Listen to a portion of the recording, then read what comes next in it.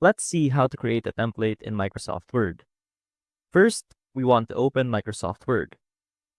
And then, simply go over to the File tab, click on the File tab, go over to New, and then down here, you will see a lot of different templates. So for example, we want to create a calendar. Click on Create, and there you go, a very professional looking calendar. And here you can also edit the contents of your template. You can also look for templates online.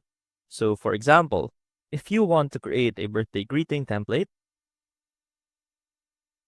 simply type it in the search bar and it will look for different templates online that might suit your preference.